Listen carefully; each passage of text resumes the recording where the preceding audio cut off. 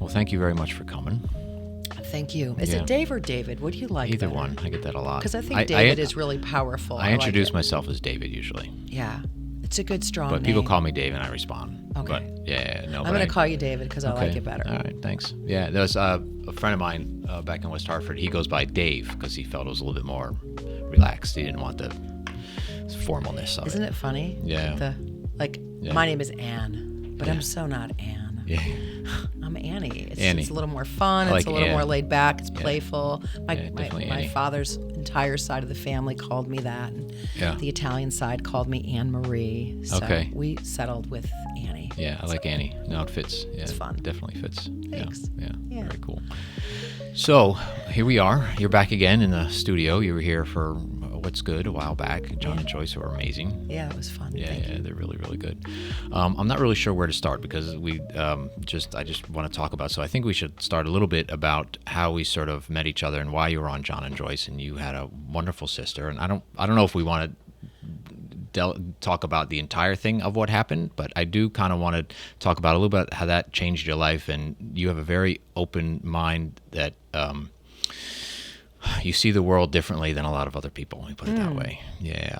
So did your sister's death instigate that? I know you guys talked a little bit, you know, before she passed about that. And I'm sorry, I'm starting right off here with kind of. That's okay. This is a great place to start, right? Yeah. Wherever we end up is where we're supposed to be. That's definitely been a big catalyst in my life for obvious reasons, right? My sister and I were soulmates. We were extraordinarily close. She was not just my sister, but she was, my best friend. She was my cheerleader. She was my parent. She was my lover. She was my spouse. She was my boss. Yeah. She was my child. So she played a lot of roles for me. But I think most importantly is that we were each other's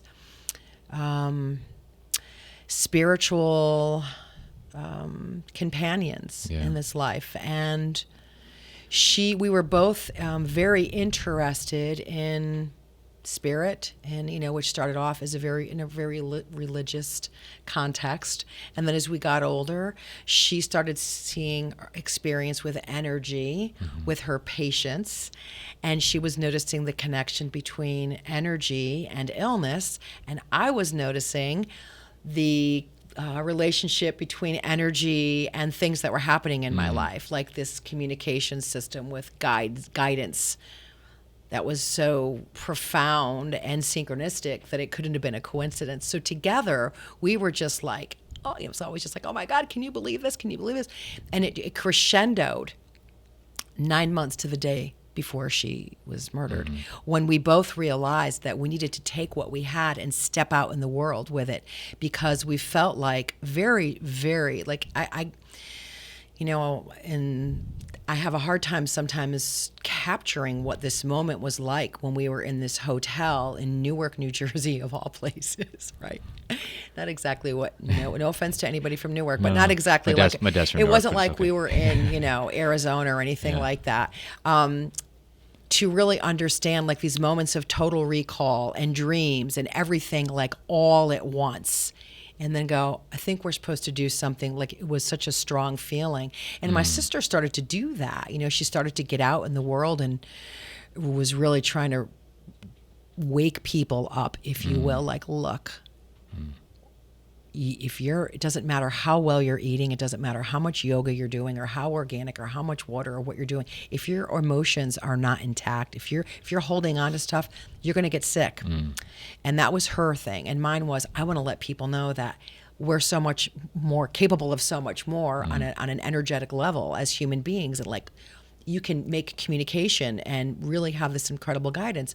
My sister stepped out and started doing it, but I didn't, because I was always struggling with, every February I would get depressed. Yeah.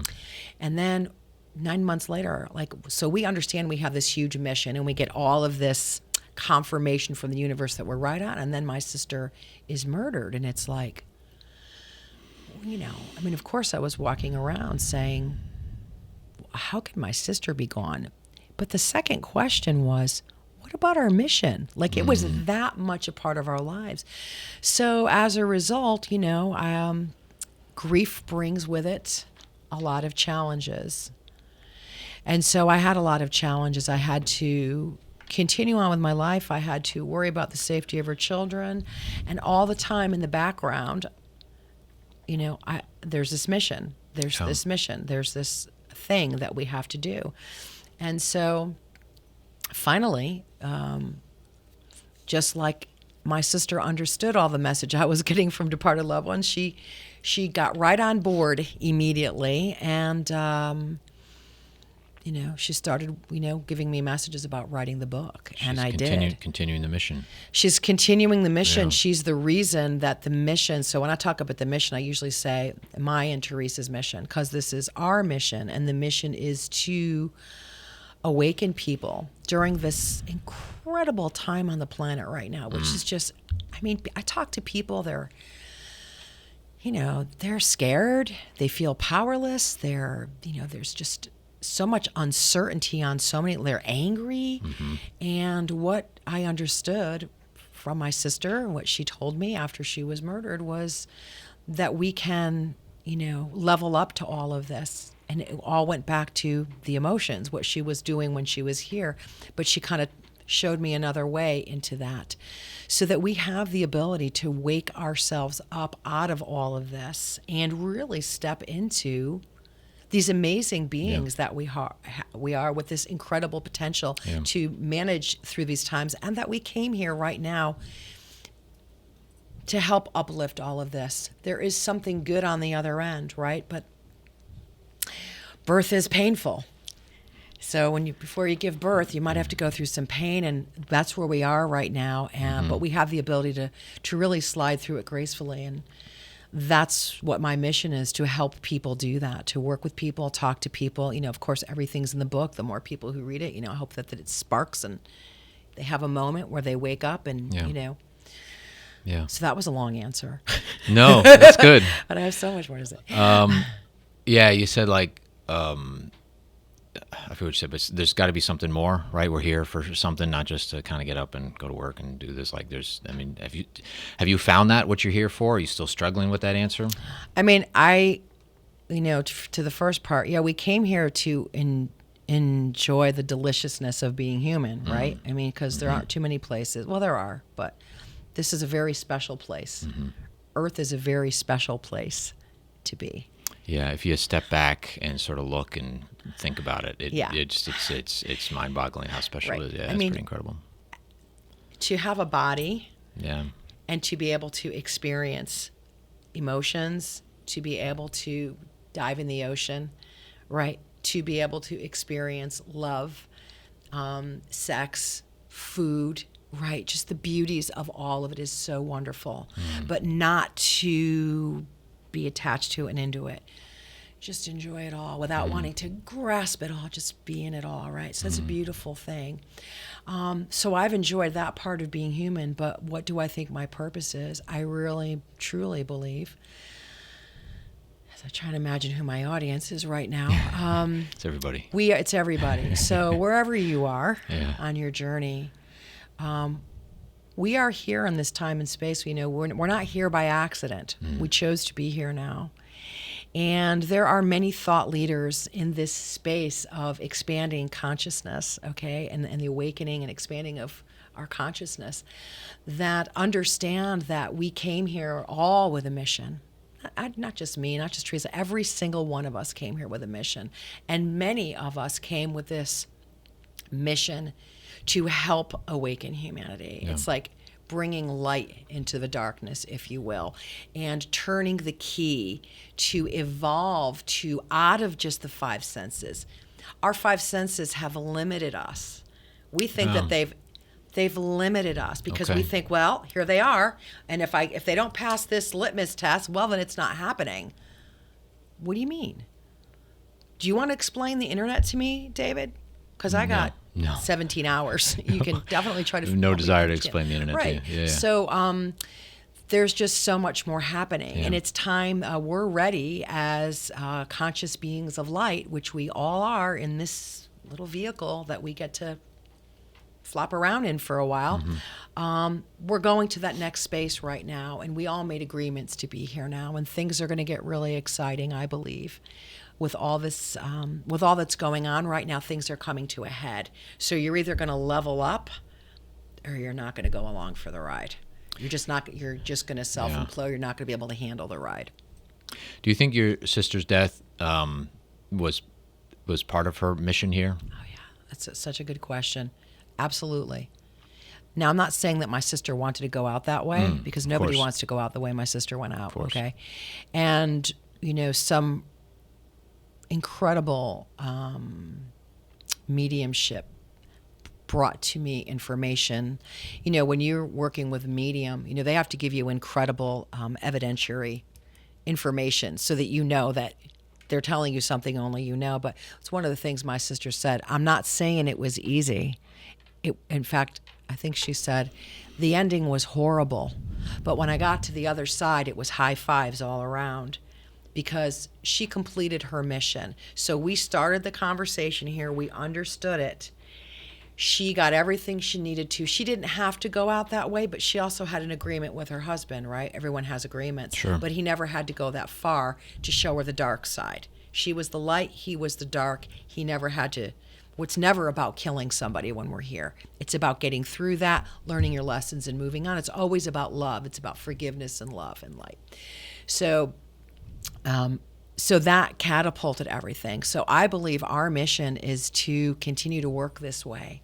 Now, I don't know what else my sister has in store for me. I wish I could tell you that I sit down every day, and I do it, but not with any consistency. And I use tools that I have to say, I use with muscle testing, like, you have a message for me, and it's been pretty profound. So I know, and the music synchronicity has blasted up again.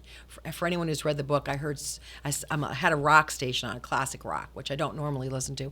Not that I don't adore classic rock, but I've heard it so much. Yeah, trying to listen to different classic things. Rock, yeah. And I'm like, okay, well, I don't know what kind of message my sister will figure out on this station today as I go to this podcast. And last time I was here, Writing Out Your Book, In My Life came on, which is a key song. And Sister Christian came on, which is a key song. As I was thinking about, what are we going to talk about today? And Are You There? And I'm like, well, this is a rock station. Like, she's not going to come up with a song for me on this station. That's ours. And I forgot about that one. Yeah. So I feel like, this was my sister's mission. This is my mission. We had to get over the grief, because I could be spiraling around in grief. But I've released it, and it's not that it's not there, right? It's just that it's there. And when I need to engage with that for whatever purpose, I will. But right now I'm here and I'm doing this work, and this is my mission, to help get people to, whether it's overcome grief, whether it's get along with their people, whether it's get rid of anxiety and depression and fears and phobias, whatever it is, to lift them up to the next place with the work that I do. That's my mission for now. And is there more to come? Yeah, I think that door's going to keep opening with my sister saying, okay, and now we're ready to go here. Right now it's like, how do we get people in a place where they are loving beings? And that sounds so cheesy, right? Yeah, but guess what? Love is everything has frequency and vibration. The frequency and the vibration of love is very high. It's loaded with information and power. So when we are in a state of love and joy, it has unbelievable vibrational power. So you're healing people without even talking to them, because it's a frequency thing. Like, you're just think about electricity. You're leveling everything up. So one at a time. So even though I may be working one person tomorrow who's going to talk about, they had a terrible childhood and they want to get over these fears and phobias. I can't drive over bridges anymore. I don't know what's wrong. I want to start a new business. I can't get along with my husband, whatever it is. So they're affecting not just themselves and the people that they live with, but it's like a 1 in 100 or 1 in 1,000. Like, it's exponential. So that's what my immediate mission is to work with people on just the fundamental, what's going on in your life, with this quantum tool that's very quick with the subconscious, which is how we make these changes quickly. And then, so they're leveled up. Everybody they come in contact with is leveled up, and even the people they don't come in contact with are leveled up. It's pretty amazing stuff. That's how I got here. Going back to the grief part, getting over grief, was that something that you worked on? Is that something that kind of came naturally? You just lived day to day and little by little gradually filtered away? I mean, it's still there, obviously, but at a different level. It changes levels as you go through life. Exactly. Right? Exactly. It's like, I had a great metaphor for it the other day about grief as I was thinking about it. It's always there, but like, how loud is the volume on it? Do you know what I mean? It's like, it just gets farther away. It just gets farther away. Yeah. And then it's there, but it, like, you can decide to go there and you can get pulled right into it. And then it's just like, but, you know, it's just kind of there. But for me, I mean, look, my situation's a little different because in addition to the grief, there was crazy ass fear. Okay. Because my sister was brutally beaten with a hammer. And so there was just this, okay. And then when we realized about 10 days later that I had just hugged the guy who did it, okay, and that her husband was involved and the kids were there, it just became like over the top fear. So there was a lot of, you know, calling investigators and calling people I know and asking them what they know and trying to act like I believed in his innocence, even though I knew he did it, like looking at somebody in their face right next to where my sister was beaten to death and saying, "Oh, I'm here for you and the kids," and going, "Oh." So that was before I learned, you know, my sister and I were talking about the mission. We weren't talking about the mission. We were talking about when she told me who killed her. So that's how I knew. And then she confirmed it in extraordinary ways, which I talk about in the book. So, and we will get up. We'll get a we'll put links in. Yeah, anyway. I don't mean to keep like no. But it's like this whole story is there, about. and it's I really get into that whole scene, which was crazy when I realized he did it, and it was just, and he was in the same room with me. It was just like, are you kidding me? So at first there was so much fear, and there was so many tasks at hand. Yeah. I mean, I of course I would walk around Ocean State Job Lot and hear a song and just be like, and just cry like shamelessly. I drank a lot. That was the worst. There was a lot of empty Jim Beam bottles in my house, and you know, weed didn't help. Like nothing helped. People gave me all kinds of stuff, and then one day, my good friend Zito and creative partner said, "We're all worried about you. You're never going to be the same again." And it was like, oh yes, I will. And the next day I quit everything. I quit everything. I said, I'm just going to be straight in my head. No, I did go back to smoking. Are you the same? I think I am a much different person. Yeah. I know I am a much different person. And then the grief healing came once he was arrested and the kids were in safety. Then of course definitely that was phase one when my sister started talking about the mission and started leading me synchronistically to this video and to that opportunity. And I started doing the work with the subconscious, with the psyche. That's how I healed my grief, with the psyche, because I worked with my subconscious to release the grief. So I went back to the moment of trauma. Okay, for one thing. And remember the day I got the phone call from my brother when, you know, I was like, "Hey, what's up?" And it's like, fucking Teresa's dead.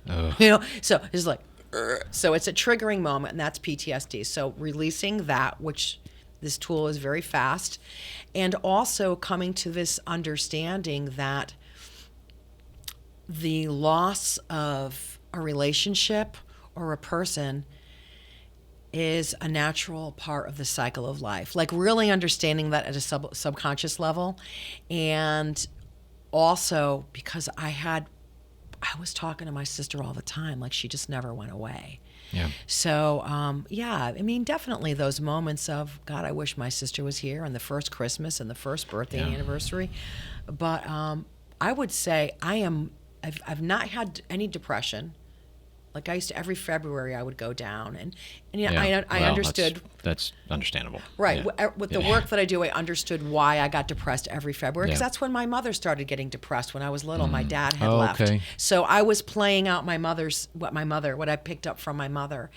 So I didn't need to know that to get over it with the work that I do, but I understood it. So I never got depressed again. Now I still, you know, definitely had more periods of being, you know, happy or sad but now I could never be present in the moment and enjoy exactly where I am. I could be here all day, or I could be on the beach, or I could be in the Caribbean, and I could just be there. Whereas before, I could be in the Caribbean and I was never really there. Sure. I was thinking about everything. Yeah. Thinking about what's happening next. And now I'm so in the moment now, Yeah, and yeah. I feel joyful and happy. I'm not worried about things. I mean, that doesn't mean that, you know, I'm not the Buddha, I'm not the Christ. I mean, things happen in my life, and you know, if you could have seen me yesterday, I was like, you know, I was like, hey, guess what? I'm not perfect. I still have a lot of work to do, but I mean, drastically different than I was. Well, I think that's 10 part years of it, ago. accepting that you're not perfect and be like, all right, well, we'll just, you know, wake up tomorrow and try it again and see what happens. Exactly. Yeah, of course. Yeah. Yeah, that's great. So what kind of work is that? What's it called? You train the work you do with people who are trying to get over PTSD Sure. The and work that kind of stuff. My sister showed me started off with inviting me to a webinar that I could not wrap my brain around. I saw the webinar. All I could think about was about tapping, which is great. Oh yeah. Tapping, right? My sister used it in her office. Yeah.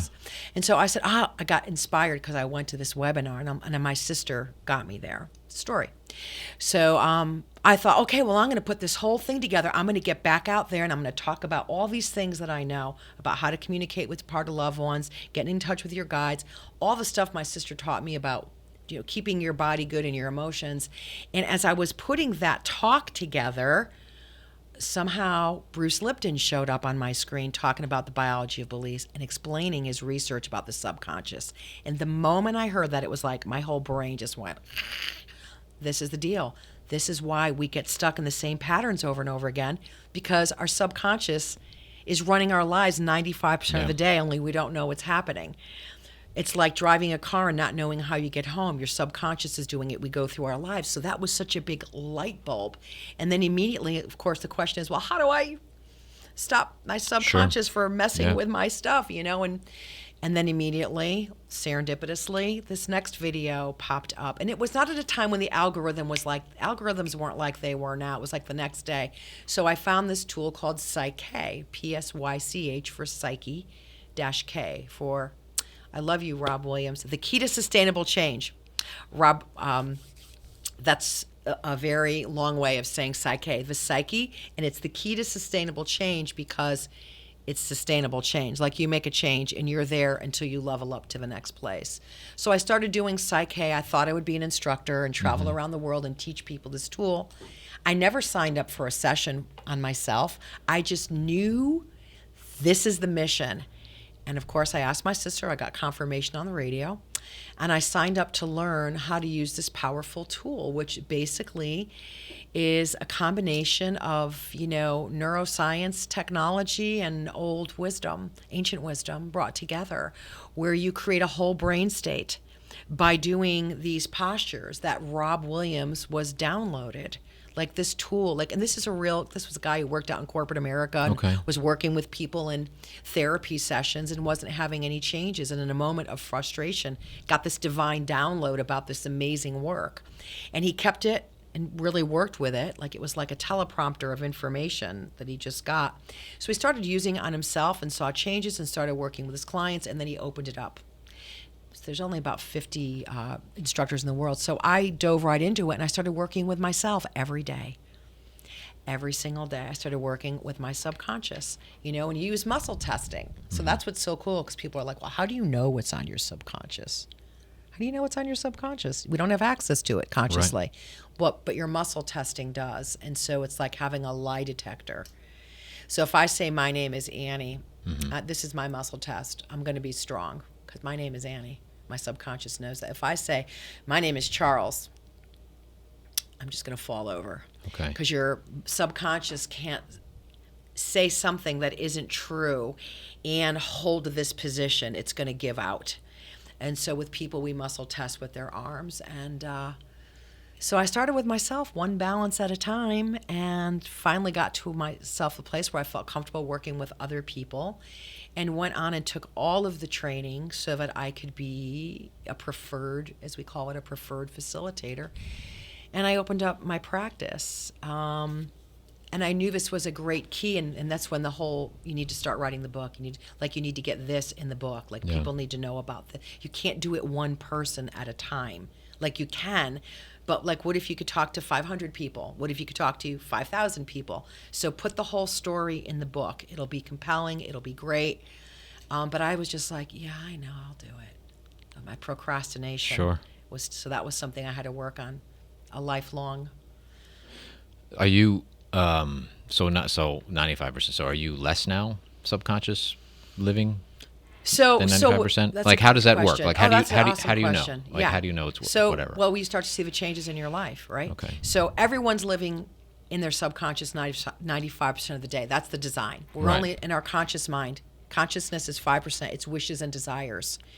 Wishes and desires. I'm going to quit smoking. Right. I'm going to apply That's a for conscious- that job. they say that. It's Do the make a conscious decision. Right. Right. But your subconscious goes, oh no, but if you work in New York, people get murdered. And remember what happens to you. And all these other programs that you accumulated from 0 to 7 take over, and you either do it and sabotage yourself right out of it, because we're vibrational beings bringing in these experiences. So we don't even understand what self-sabotage is, but people say it all the time. Your self-sabotage is, let me take a break. Mm-hmm. So everybody knows what the law of attraction is, okay? So you could say whatever you want about it, but the law of gravity is a real deal, man. And so is the law of attraction. Sure. Doesn't matter whether or not you believe, but it's every bit as absolute. Absolutely. So people have their affirmations. People are getting down with understanding, I'm beautiful, I'm filled with abundance. And you can say that as often as you want. I'm filled with abundance. Money flows to me. But if you grew up in a house where your parents worked 3 jobs to put food on the table, and your father kept saying, can't afford those sneakers. Nope, can't afford it. And your Uncle Willie came over and every Saturday night said, people with money are assholes.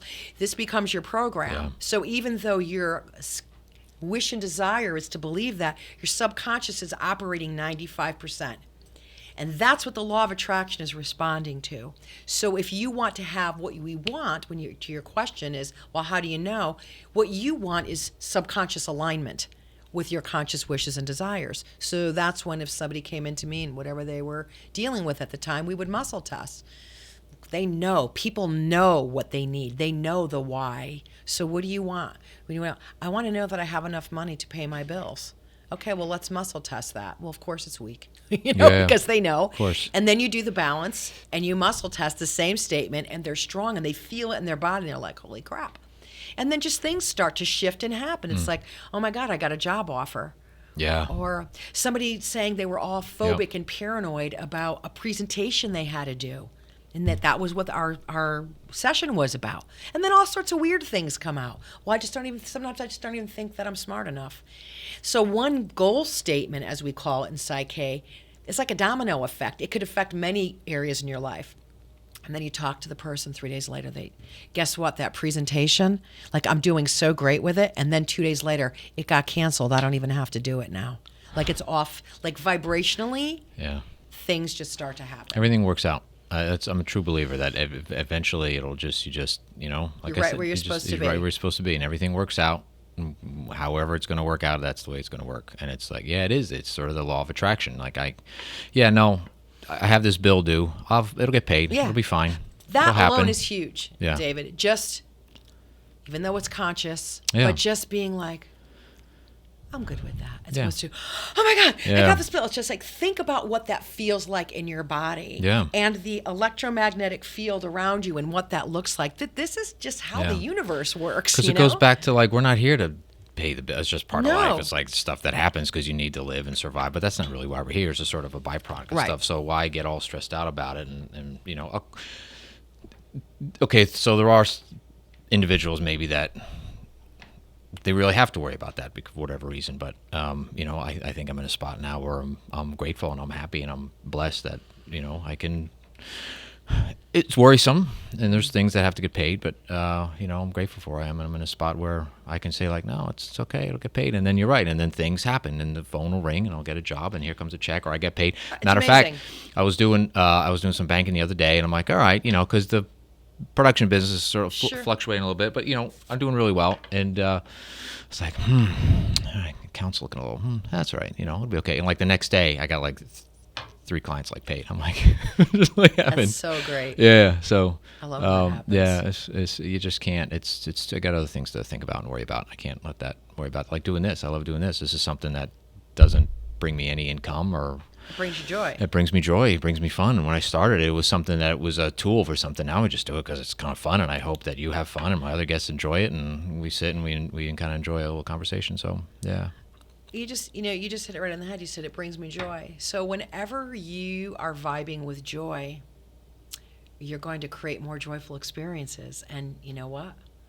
Abundance is pretty joyful, Yeah. right? When you have enough money to do what you want to do and help others, right? And pay it Yeah. forward wherever you can. I'm going to Yeah. buy this guy's coffee and whatever. And Yeah. that could get bigger and bigger. But when joy is the goal, everything else just falls into place. Yeah.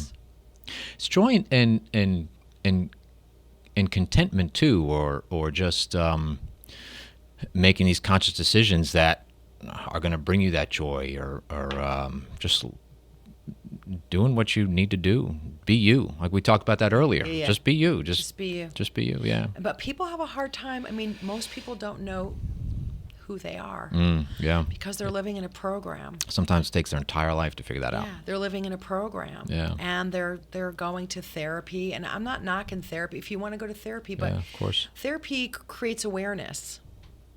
It doesn't change the program. The program is the program. If I'm working in an Excel spreadsheet and that's all I have on my Mac, I can't use Word.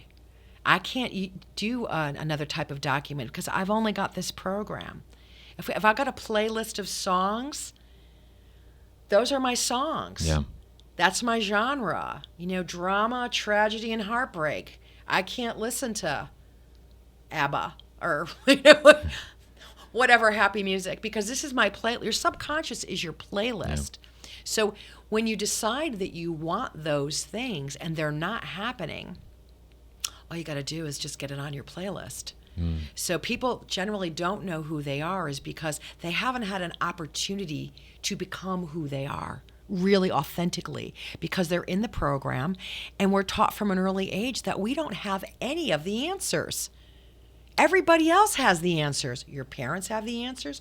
Your teachers have the answers. Your doctors, your nurses, your policemen, your government, everybody, your boss. You don't know anything. Think about that. No, it's absolutely true. So no, this I agree. is all part of our collective program, which we're all starting to finally wake up from. Yeah. But people have a hard time because they'll go, well, the doctor said. I go, well, what do you think? That's how my sister, well, what do you think? You have all the answers within you. And, if you were told, I was told, young ladies don't sit at the bar, my father. But if I didn't sit at the bar that day at the airport in Phoenix, I would have never met Peter. Now, for whatever that's worth, that's a big thing. Sure. Or if you don't go to college, but I know plenty of people who didn't go to college. So we become this collection, this storehouse of ideas and thought forms and beliefs that we never chose. Because from 0 to 7, they're there, and that's who you become. And you can have conscious awareness about it, but you might have to struggle and read a lot of self-help books and really use a lot of motivation and willpower to override that program, and generally you're going to go back to the program. That's why you have to. But it's so much better, align your program, and life becomes more of a self-fulfilling prophecy instead of a struggle. Yeah. It's just, Yeah. you're writing your script. You're taking hold of the narrative of your life. You become the conscious creator of your life instead of defaulting to a program. Bruce Lipton says, he always says that should really be classified as nonfiction because it's like our subconscious is like a matrix. It's a matrix of ideas that have locked us in, and a lot of them are collective ideas, right, that we don't know anything. all the answers are outside of us, but all the answers are inside of us. We were born with all the answers inside of us. Yeah. There's a, going back to Joyce, when you were on the show, I don't know if it was, I don't think it was when you were on, but she's having a show, just talking about, talking to the doctors and believing what the doctors say and all that kind of stuff. There's a story, and I'll try to make it because I think it's a great story. A mom and dad, a mom and a daughter, there we go, went to the doctor because mom thought she was kidney problems. She had like kidney stones or something. She was, what do you call it, yellow? Oh, yeah, jaundice. Jaundice. So she had stones or something. So they make an appointment to go to the doctor. The doctor looks, I guess they had surgery planned. That was everything. So the doctor opens her up, and the daughter's in the waiting room, right? And he looks in, and there's cancer in there, right? It's cancer, so they can't do anything about that now or whatever. So he closes her back up and goes out and she's recovering, tells the daughter, and she says, "Don't tell my mom anything. Don't say a word. I'll take care of it." So the doctor says, "Okay." So, mom gets better or wakes up, and they leave. She's like, "Oh, I feel so much better. This is great." And then she tells the doctor, she's like, "Doctor, I'm never going to get sick again. I feel so much better. Thank you." And then I guess there was a follow-up months later, and and all the cancer was gone. She made a conscious decision, I'm not getting sick again. Like, I'm not. She didn't even know. Yeah.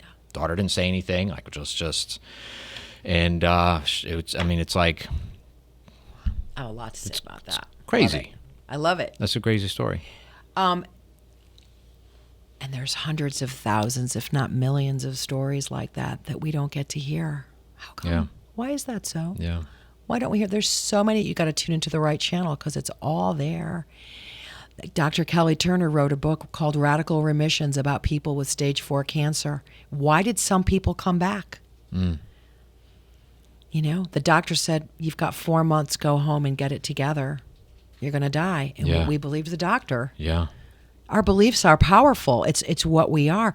There are so many stories, real testimony of people who have come back from incredible diseases. And so Dr. Kelly Turner, which is a book that my sister gave to all of her patients, and I give to anybody if the time is right, she realized the reason why some people were getting better had very little to do with what they were eating and what their cancer treatment was. It had to do with their level of joy. Mm-hmm.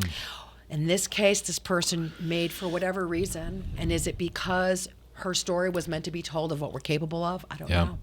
There's also another, among many, the story of the people who had the knee surgery, right? There were, 12 people, and they all needed knee replacement surgery. So they all believed they didn't know they were part of this experiment. So was it blind? I don't know.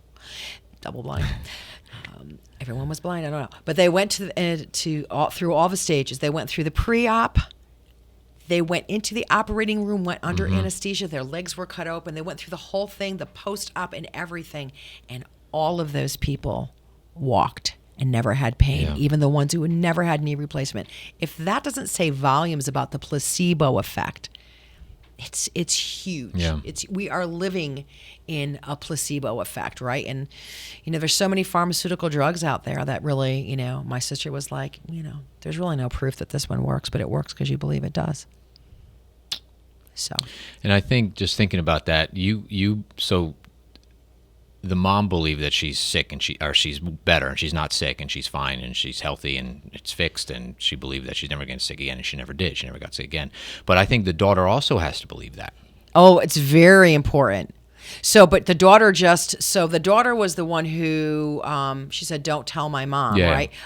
So somehow I because really, she knew, and she says, because that will kill her. That's what. So the daughter said, "Please, doctor, don't tell my mom." Well, maybe that was it right there. So the daughter knew that if her mom believed something, right, then that is the truth. Right. And perhaps the daughter also knew, now that my mom doesn't believe that, I know it's not going to kill her. Right. So what kind of alignment was going on that they were both able to level up to that? I don't know.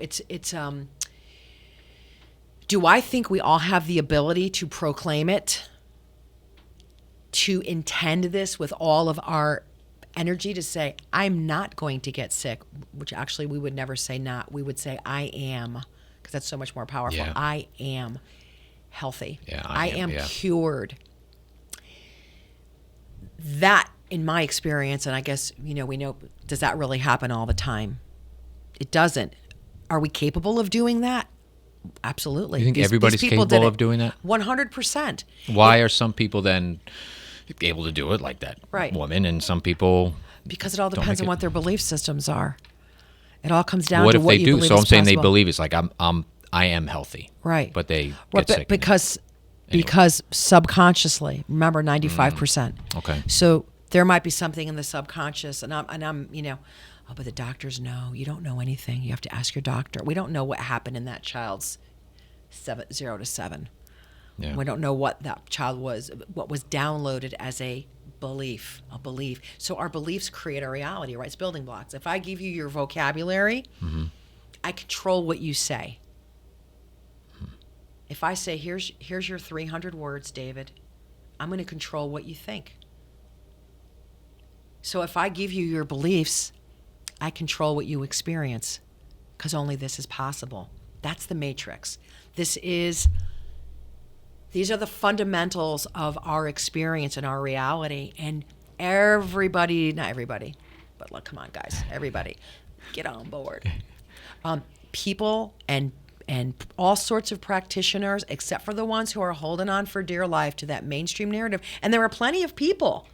They're not going to stray from that Western medicine because that's the standard. And anything that doesn't fall, it just gets washed away. But there are plenty of people having incredible healing experiences that defy everything that Western medicine had. Look at my sister is a Western doctor, and she's talking about, well, what are you feeling? What's going on? I'm looking at your results. Your poop looks good. Your blood looks good. You're doing more yoga than I am. You're exercising, and I'm real good, and I eat real good, and you're eating better than me, and you're doing all this stuff. So what's going on in your life? And the patient would go, Teresa would go, come on, you're at my altar. What's going on? She'd spend an hour and a half. This was how she practiced. I'm having a really hard time with my husband. Or I realized that I was abused when I was a child. Or like these things are coming up. So, well, that's why we're getting sick. That's why you're getting sick. Because what you'll also learn when you watch more Bruce Lipton is that 98% of all disease is formed by it starts with an emotion. When we don't release this stuff that's in our program, it has nowhere to go, and it's energy. It's going to fester to the most vulnerable place in your body. So just because your mother had breast cancer doesn't mean you're going to get it. So don't get all kooky. But everybody does because they believe it, because that's what they were told. But what happens is you get the breast cancer because you're not letting go of fear. You're not letting go of something. And it's that energy. You know how you feel when you feel scared. But the thing is, a lot of this stuff is just operating in the background. You don't even know. It's just churning there. My sister happened to ask that patient, what is it? And she knew what it was. And I totally forgot what your question was. No, that works. That's a good answer. And that's good that your sister do that, because I think a lot of doctors now, I don't go to the doctor, I probably should, but you probably shouldn't. I go and I have to, but they're not years ago took my son to the doctor with the typical ADHD, and I feel terrible to this day. And we went in. I don't even think we saw his doctor. I think we saw the physician's assistant or whatever they're called. And it wasn't really even a conversation. It was just like, oh, here's some medication, right? So we're trusting the doctor. This was 20 years ago or whatever it was. And, he didn't agree with it. And credit to my son. I love him to death for doing this. He says, no, this isn't working with me. I'm done. And he just stopped. And we never went back to the doctor. And he stopped. And he learned over the years to handle what he needs to handle. And he's better for it. And it's I had talked to him not too long ago, and he says he's not mad at me or his mom or anything, but he's a little bit like, why did you do that to me, kind of thing. And I'm like, because they're the doctors. That's what we do. We're taught to, like, this is the doctor. This is what they're trained to diagnose and treat, and this is how it's treated, so this is what we do. And looking back, it was the wrong decision. Absolutely 100% wrong decision. Maybe there was somebody else we could have talked to, but it was the thing where, as I said, the doctor wasn't even there. I think it was the physician's assistant. And you know, it was like a quick visit. Oh, this is it. Boom, boom, boom. Here's checks all the boxes. Yeah. So it's unfortunate. That's kind of where we are. But he's. I think he's better for it. I think he learned about himself. I mean, I learned about myself. Sure. And, yeah, and it's good. So it's. I had the same experience with my son,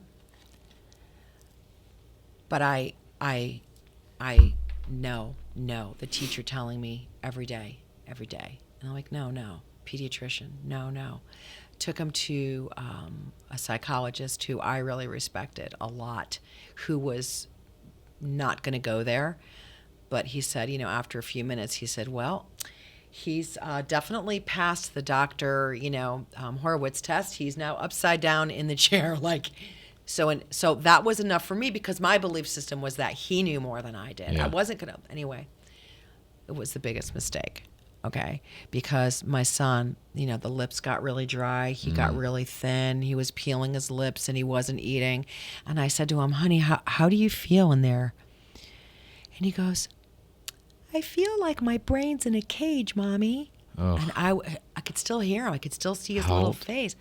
Same age as your son, Yeah. like 8, 9. Yeah. So then we'd go on vacation. So then I was taking him off if we went on vacation. It was just like he's not in school anymore. And then during one of the vacations, I took him to the YMCA. I said, let's go for a swim today. It was like February. Like, what were we going to do? It was just crappy out. And I had him on a med vacation. And so he's swimming in the pool and he's having a blast. And I'm talking to this lady, and this was a serendipitous, divine moment of information, and she told me the story about someone she knew who both of her kids were on this, and the boy committed suicide. They were like 9. He hung himself on a swing set, and they were seeing the signs, and they took him off the ADD medicine. And I remember looking at my son in the pool, going, "Oh my God, he's never going on. We're just going to manage it." Yeah. So we did. I just came up with some other things, but I think that's just. We overdiagnose everything. Yeah. We want to label everything. Yeah. It's just like, kids who are autistic, those are some really brilliant people. And they just might be evolved in a place where they don't need language. We think that language is so advanced because we have an alphabet and we have language. Well, telepathy is far more advanced, and there is Sure. no language and there are no letters. So I was really grateful. But again, so maybe I didn't go with what the first doctor said, but at the time, because this guy was a doctor and I like this guy, but in my gut, from day one, I knew I didn't want to do it. Yeah. And I didn't listen to myself. Yeah, because this I was is in the program. because this is what the doctor said. Even though I don't feel it's right, well, But the doctor he's said smarter it. than me. He knows more than me, right? And That kind of thing, And right? that's it right there. Yeah. Even though I don't feel it's right, trust your feelings. Yeah. It's pretty powerful. They're there for a reason. Yeah. We've been given these emotions and these feelings for a reason. They help us navigate. Well, why didn't I wish I trusted my feelings when I knew that Mark Sievers was a creepy dude. I should have said to my sister, you got to get rid of this guy. Yeah. Get rid of this guy. I just felt it like right here. But I didn't, because I wasn't going to. It was a little too early to tell. Sure. Give him a little time and don't Sure. jump the gun. And, well, when people live in a different state, you don't get to observe. And the next thing you know, you're at their wedding. So I trust my gut, to say the least. I really just listen. And sometimes it's uncomfortable. It's uncomfortable for other people. And in the most loving way, I speak my truth. And so this is how I feel. And I appreciate all of this information. I appreciate that. But I'm not feeling any alignment with that. I'm feeling alignment with this, and I'm going to go with this. Yeah, and it's okay to go with that. Yeah. We have to. Yeah. Yeah. Yeah. Wow. It's heavy. Right? It's like. Yeah. Yeah. Yeah. So what else is happening? Let's what else you got going on? So you do speaking engagements, and do you do speaking engagements about what we're talking about, or those? Yeah. Everything. Okay. So right now it's sort of we do a little bit of reading of the book because people like that. So I make it a fun event. Like I've had a couple of them, and I've gotten I've got bigger audiences for this book than I ever did with my band. Because the cover is just it's compelling. About the band. Oh, the band. That's great. Yeah, I forgot about So I read from the book, and then I pivot into like the mission, because like that's what the book is about, and I give people this 25-minute discussion about the subconscious.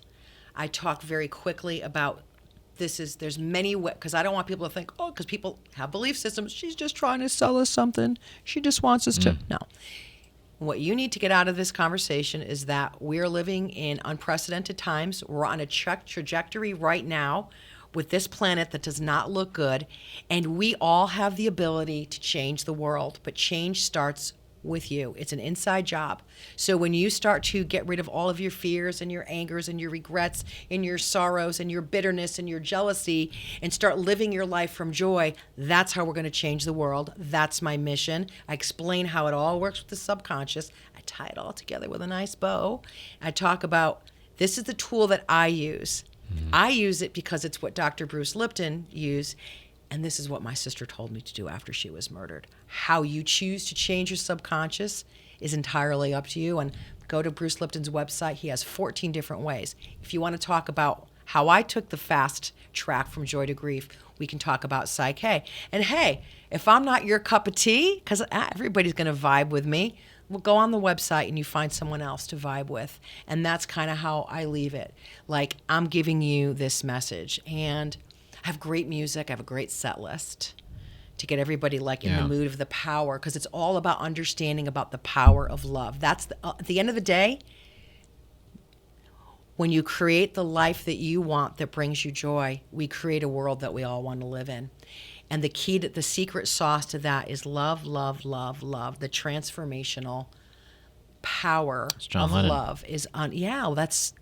It all makes sense. Yeah. Right? That's why so much all is we written need. about it. Really, truly. Yeah. Forgiveness crazy. and love. And so that's what I do. And, About optimism. well, what about it? Yeah, what do about I think about it? So you said like we're on a trajectory that's not good. Right. Well, maybe, but I want to be optimistic, saying that everything's, like I said, everything's Just wishes and everything's desires. going to work out. Like, yeah, it's a shit show, right? but I think there will be a calmness. I think that it always happens. It has to. It just has to even out. Things have to get better. Things will be better, and there's no other direction we can go except getting better. I truly believe that in one way or another, whether it's tomorrow or 10 years from now. I don't know. I'm just. I think if you truly believe that, I think that's really all that matters. Yeah. For the people who don't truly believe that and they run around going, oh my God, then that's a problem. And I think that if your vibe is things are going to get better, then maybe that's what your light is about on this planet. Maybe you just being authentic David, going around going, it's going to be all right. No, because it matters. Yeah. I'm not minimizing it because that matters, right? Because you bring a vibe to your space. And if you're in alignment with all that, that's great. Most people aren't there. And if things do continue to go the way they're headed, if you are in a vibration of love and joy, which I know how fluffy that sounds, so take it easy, everybody. I get it. I'm talking about it from a vibrational perspective. Mm-hmm. This is quantum physics, okay? If you're in a place where you're floating above all that, you're going to walk through this and you're not even going to get scathed. You're not going to feel it because you're not going to be in that place. Just like pause. Okay? Is that a bad place to be though? Some people say, well, you're not paying attention to what's happening. Okay, so I love that. No, it doesn't mean I'm apathetic. Okay, because I don't choose to read, the New York Times every day, and I don't choose to, watch everything that's going on every day. It does not mean I'm apathetic. It means I understand what's happening, but just spinning it around all day there's no help there. Okay. There's no help there. And protesting about it, you're proclaiming the same thing over and over and over again, and you're creating more of the same. You're saying, we need peace. We need peace. What does the universe keep delivering? We need peace. It doesn't deliver peace. It delivers, we need peace.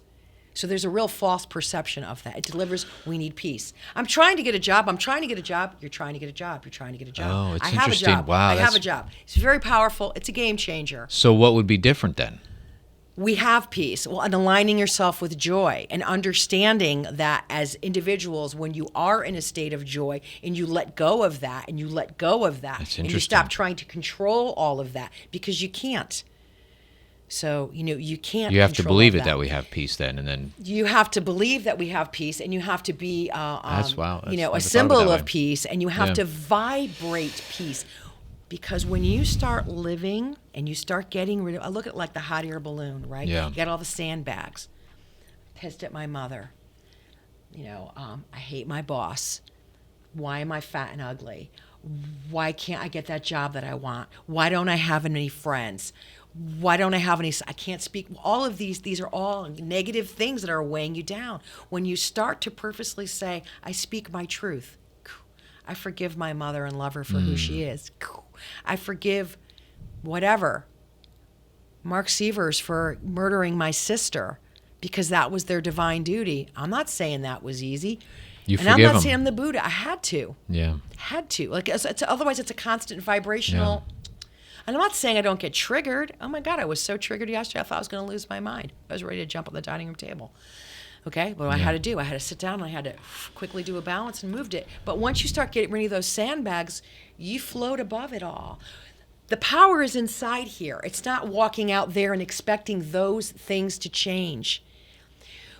The things are going to change not because we stopped doing business with these people. We stopped having war with those people.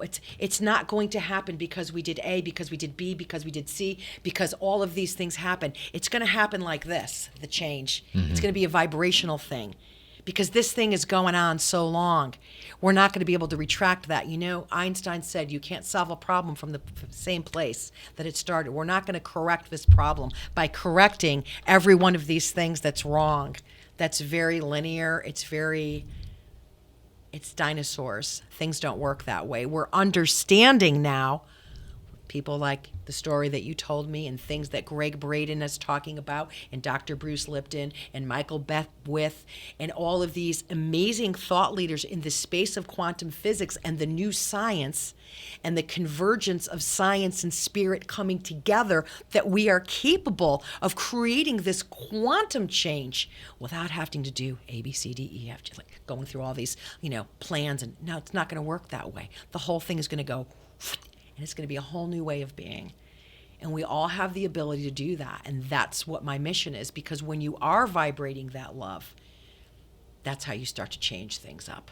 And that's why you go, well, hey, if I'm just like having positive thoughts and I feel good, that's not a bad thing. Yeah. That's a great thing. And if you could stay in that space, right, if you could check in, like what I always say to people, are you feeling resistant about anything? Do you feel, no, I feel pretty good about everything. Perfect. But when you start to feel the, okay, well, get it out. I mean, when I wake up in the morning and I go, what's nagging at me? And I'm like, oh, it's that. So those are the talks that I do. It's kind of,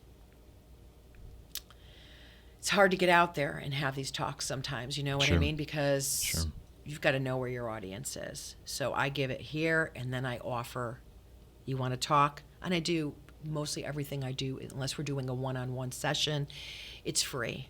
Okay, so if I have an event, if I have to pay for the space, well, then I'm going to charge you $20, but you're going to get my book. Yeah. And the book is $20 if you want to buy it. So I have to hold your space. But I'm trying to give away as much information as I can. And then if people want to do sessions with me, great. If somebody wants to book me for a private event, an inspirational talk, a motivational talk, I could tailor my talk a little bit more. Like if it's at your workplace and you want to have more productivity, book clubs and things like that. I find it hard when people, a lot of people hate their job. There was a period in my life where I didn't want to do this anymore. Not this, but this. But you get up every day and you just, like I said, you be optimistic things are going to be good, and you keep moving forward. And I love what I do now. My world changed for me recently, and I love what I fucking do. Sorry, I'm swearing, but that's okay. Yeah, you didn't say it with any negative energy, so it just kind of floated out there. Yeah, so it's and that's unfortunate. Some people don't like their job, and some people are in a really bad spot, and they have to get up in the morning and they have to go. They have to do this terrible thing, and some people can't get out of it because of whatever reason. Belief systems. I don't know where I'm going with this, but a lot of those same people are still very, very, very happy people.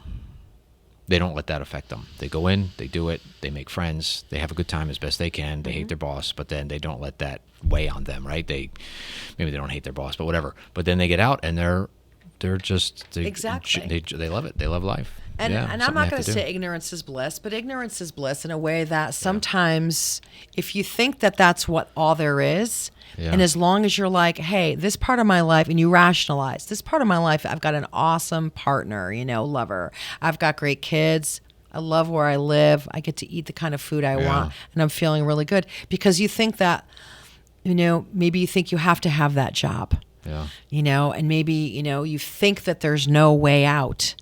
But I didn't think I'd ever get out of my last job, and that was soul sucking in the end. I mean, and things were just going to keep escalating until I got out and started doing this work. Yeah. Because I was supposed to leave on my own, and then it was just bad. The way my last job ended. It goes too, like, we need peace. Like, I need another job. I think then maybe if you always say, like, I need another job, maybe it's just like, I need another job. Yeah. A constant perpetuation Yeah. and reality of I need Yeah. another job. Interesting. But again, it's like, it's so great. What I love about the work I do is all you don't ever need to know. So some of the myths about change are like, it's really painful and it's really hard and it takes a really long time, right? And that you need to know the source of the problem in order to change something. But all you need to know with the work I'm doing is, well, what do you want? Like I always say, like, if you got into a cab in New York City, you wouldn't say to the cabbie, I don't want to go to the Empire State Building. I don't want to go to Rockefeller that's Center. awesome I don't analogy. want to go. Yeah. I want to go here. directly to, Yeah. Whatever, to Radio City Music Hall Yeah. right now. So when people come in and they start with us, I just listen to what they say in a session. And they go, well, I really don't like my job. Like, okay. And, my mother-in-law this, and, I hate cutting the lawn. Whatever. I hate my golf game. And I'm not kidding. Okay. So I just go, if we could solve one thing today, what would you like to solve? I need to get another job. Okay. Well, why do you think you have that one? And you just listen. And I just listen. And I go, I'm just going to and then you hear them say, I don't think I'm really smart enough to get another job. I'm afraid to leave this job. I don't think I'll get benefits at another job. These are all things that are holding them in the job. So what do you want instead? Well, I want to know, that I easily get another job that makes me happy. That's an awesome goal statement. You want to do that balance right now? Let's muscle test it. And you put their arm out, and they say their statement, it's weak. And then you go through the protocol, you do the balance. And sometimes, 90 seconds later, it's done. We do the balance. Okay, so this person, back to your scenario, who is perhaps rationalizing, like, it's okay that I have this shit, because we're also taught, sometimes you got to suffer in life. Yeah. Life's not easy, suck it up. right? If my father would always say, what did he always say? You're not supposed to be happy. That was my download. Wow. It's not supposed to be easy. Why not? Yeah. That's one of my favorite balances. My life is fun and easy. Yeah. It's a great vibe to be in. My life is fun and easy. Or when I have a hard time with technology, I hate technology. I love technology. And then I'm like, oh my God, I figured it out, and I'm off. Yeah. So you work with that person, and I always say, when you're feeling the resistance, so what are you feeling resistant about? And then you work it through with that person, and when they're done, they immediately feel like, I know what I'm going to do. Like, things start to shift because it's energetic and vibrational. So they happen like this. They don't happen like this. Okay? Think beam me up, Scotty. It works like that. So you give them something like, what's something that you couldn't do before? Like, can you tell me something? Well, I wasn't able to even think about going in on Indeed and looking for a job because I just knew I couldn't get one. Do you think you could just go on Indeed? Yeah, that's a simple baby step. Yeah. That's all you have to do. You don't ever have to repeat any affirmations.